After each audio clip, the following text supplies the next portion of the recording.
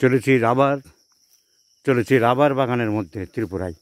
কীভাবে রাবার পড়ে drop by drop এই দেখাচ্ছি। এই গাছের আটা খেজুর গাছ কাটার মতন এই গাছ কাটা হয়। খেজুর গাছ কাটার মতন গাছ এইভাবে কাটা হচ্ছে, এইভাবে কাটা হয়েছে। এক একটা গাছের আঠা এক এক রকম। এই আঠা কালেকশন হচ্ছে, এইভাবে আসছে আঠা এসে এখানে একটা ছোট্ট চ্যানেল করা হয়েছে। এই ড্রপ বাই ড্রপ পড়ে, কলকল করে পড়ে না, ড্রপ বাই ড্রপ খেজুরের গুড় যেরকম পড়ে সেইভাবে পড়ছে এই আঠা। এই দেখা যাচ্ছে, এ হাত দিলে হাতে লেগে যাবে না? সাংঘাতিক আটা। তো এইভাবে কালেকশন করে এটা বড় পাত্রের মধ্যে ফেলা হয়। এই বাটি থেকে নিয়ে বড় পাত্রে ফেলা হয়। সেই পাত্রটা কিসের? তো সেই তার গায়ে লেগে থাকে না লাস্টের দিকে? অনেকটা লাগে থাকে, ওটা তো ড্রেস পরে আসে। ও, বেশিরভাগ ঢেলে ফেলা যায়। এই হচ্ছে রাবার গাছ। এইভাবে রাবার কালেকশন হয়। ত্রিপুরার রাবার শিল্প অত্যন্ত বিখ্যাত এবং এখানকার মানুষের জীবন এবং জীবিকা এই রাবার গাছের উপরে অনেকটা নির্ভরশীল। আমরা যে আমাদের ঘর সাজানোর জন্যে টবে এক ধরনের রাবার গাছ বলে বিক্রি করে, আমরা কিনতাম। খুব বড় বড় পাতা, অশ্বত্থ গাছের বটের পাতার মতন। সেইটা অ্যাকচুয়ালি রাবার গাছ নয়। আমাদের ওদিকে ওই বিক্রি করে রাবার গাছ, আমাদের ঘরের কোণে কোণে রাখা হয়। সতেজ গাছ কিংবা প্লাস্টিকেরও এরকম গাছ হয়। আসল রাবার গাছ তো তা নয়। আসল রাবার গাছের পাতা অন্যরকম, ছোট ছোট পাতা, কতকটা আম গাছের মতন। এই যে রাবার গাছ, যখন রাবার পড়ছে না তখন বাটিটা আবার উল্টো করে রাখা হয়, বাটি পেতে দেওয়া হয়। কিন্তু তোমার কতক্ষণ ধরে একবার গাছ কাটলে রাবারটা পড়ে? 2-4 ঘন্টা। যখন পড়ছে না তখন আর নিয়ে চলে যায়। এর জন্য লোক রাখতে হয় আলাদা, যারা দেখাশোনা করে। এই বিস্তীর্ণ রাবার বাগান, এটা আমার বন্ধু ডাক্তার দীপঙ্কর সেনের রাবার বাগান। আমরা এলাম, দেখছি রাবার গাছ। এরা খুব মোটা হয় না গাছগুলো? এর থেকেও মোটা হয়। হ্যাঁ, এই তো মাত্র স্টার্ট হয়েছে, 2 বছর হয়েছে। এগুলো 25 বছর পর কাটা হবে। এটা আমার বিক্রি থেকেও বড় মোটা গাছ একটা বাগান দেখাবে? এখানে নেই, অন্যদিকে আছে।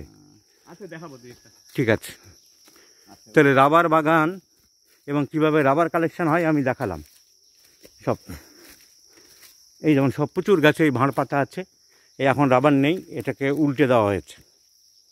এটিকে এইভাবে কাটে, মোটা ছালের দেখছি, মোটা চামড়া। একটা সাইড থেকে কেটে আস্তে আস্তে আস্তে আস্তে অবলিকলি নিচের দিকে চলে আসে। চলে এসে যেখান থেকে পড়বে এই পাতের মধ্যে পড়বে, তারপরে মালার মধ্যে ঢোকাবে। মালার মধ্যে ঢোকাবে। যখন রাবার আর পড়ছে না তখন এটা উল্টো করে রাখে। যখন যার দাম নেই তাকে মানুষ অবজ্ঞা করে, তাই এখানেও তাই। দাম যখন নেই তখন হে বাটি তুমি অবজ্ঞা সহকারে এখানে থাকো। এই হচ্ছে রাবার বাগান, বিস্তীর্ণ রাবার বাগান, প্রাকৃতিক পরিবেশ, খুব শান্তির জায়গা। দেখলে মনে হয় এখানে যদি একটা টেবিল নিয়ে পড়াশোনা করতে পারতাম। এত নিরিবিলি প্রকৃতি, শান্ত পরিবেশ। এসব দেখলেই তো আমার জীবনানন্দ দাশের কবিতা মনে পড়ে। বাংলার মুখ আমি দেখিয়াছি, তাই পৃথিবীর রূপ খুঁজিতে যাই না আর। অন্ধকারে জেগে উঠে ডুমুরের গাছে চেয়ে দেখি, ছাতার মতন বড় পাতাটির নিচে বসে আছে ভোরের দোয়েল পাখি। চারিদিকে পল্লবের স্তূপ, জাম, বট, কাঁঠালের, হিজলের, অশ্বথের, সব করে আছে চুপ। ফণি মনসার ঝোপে সটি বনে তাহাদের ছায়া পড়িয়াছে।